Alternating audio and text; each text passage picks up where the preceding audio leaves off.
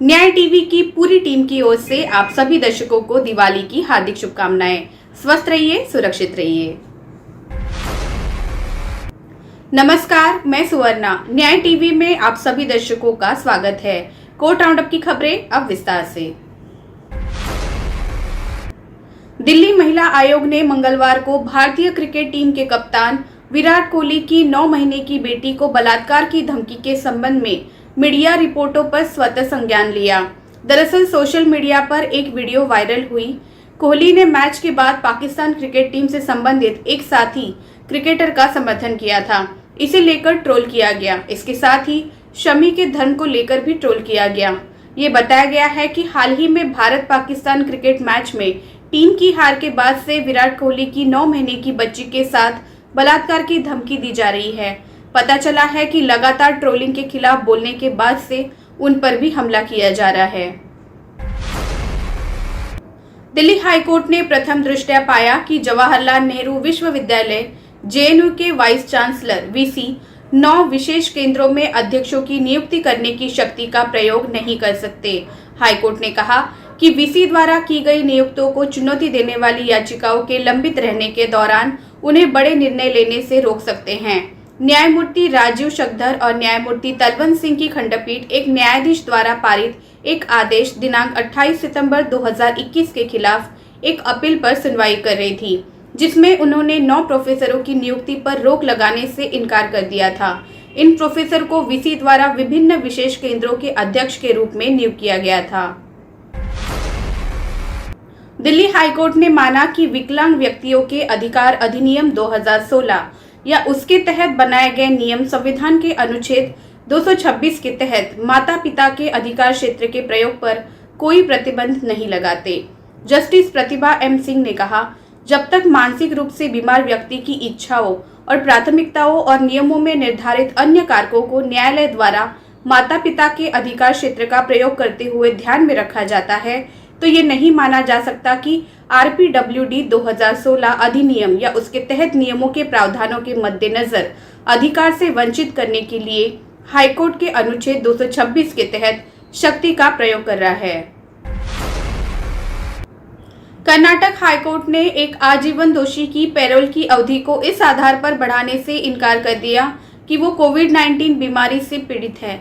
न्यायमूर्ति कृष्णा एस दीक्षित की एकल पीठ ने 18 मार्च से पैरोल पर चल रही राशि कुमारा द्वारा दायर याचिका को खारिज करते हुए कहा, याचिकाकर्ता के वकील का निवेदन है कि वो कोविड-19 बीमारी से पीड़ित है और उसे पूरी तरह से ठीक होने के लिए पैरोल के एक और विस्तार की आवश्यकता है। एजीए ये प्रस्तुत करने से अधिक उचित है कि जेलों और अन्य सरकारी अस्पतालों में रोगग्रस्त कैदियों के लिए पर्याप्त सुविधाएं उपलब्ध हैं।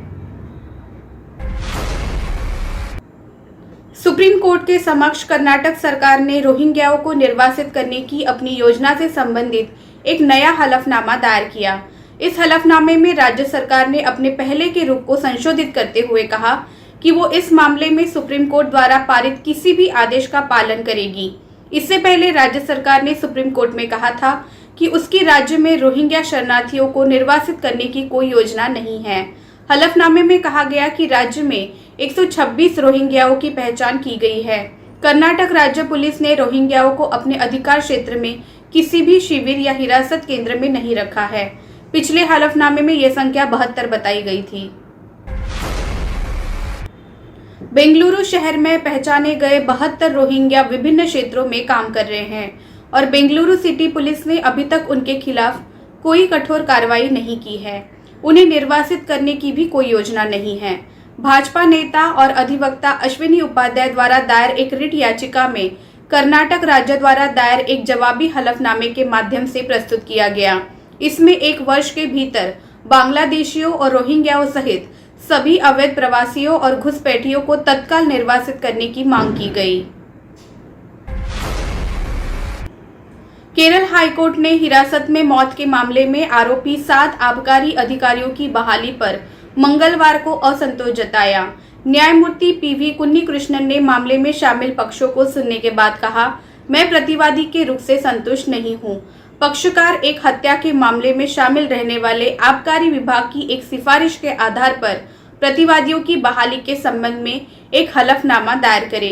तदनुसार मामले को आगे की विचार के लिए 26 नवंबर को सूचीबद्ध किया गया है। इस समय तक प्रतिवादियों को एक हलफनामा दाखिल करने का निर्देश दिया गया है।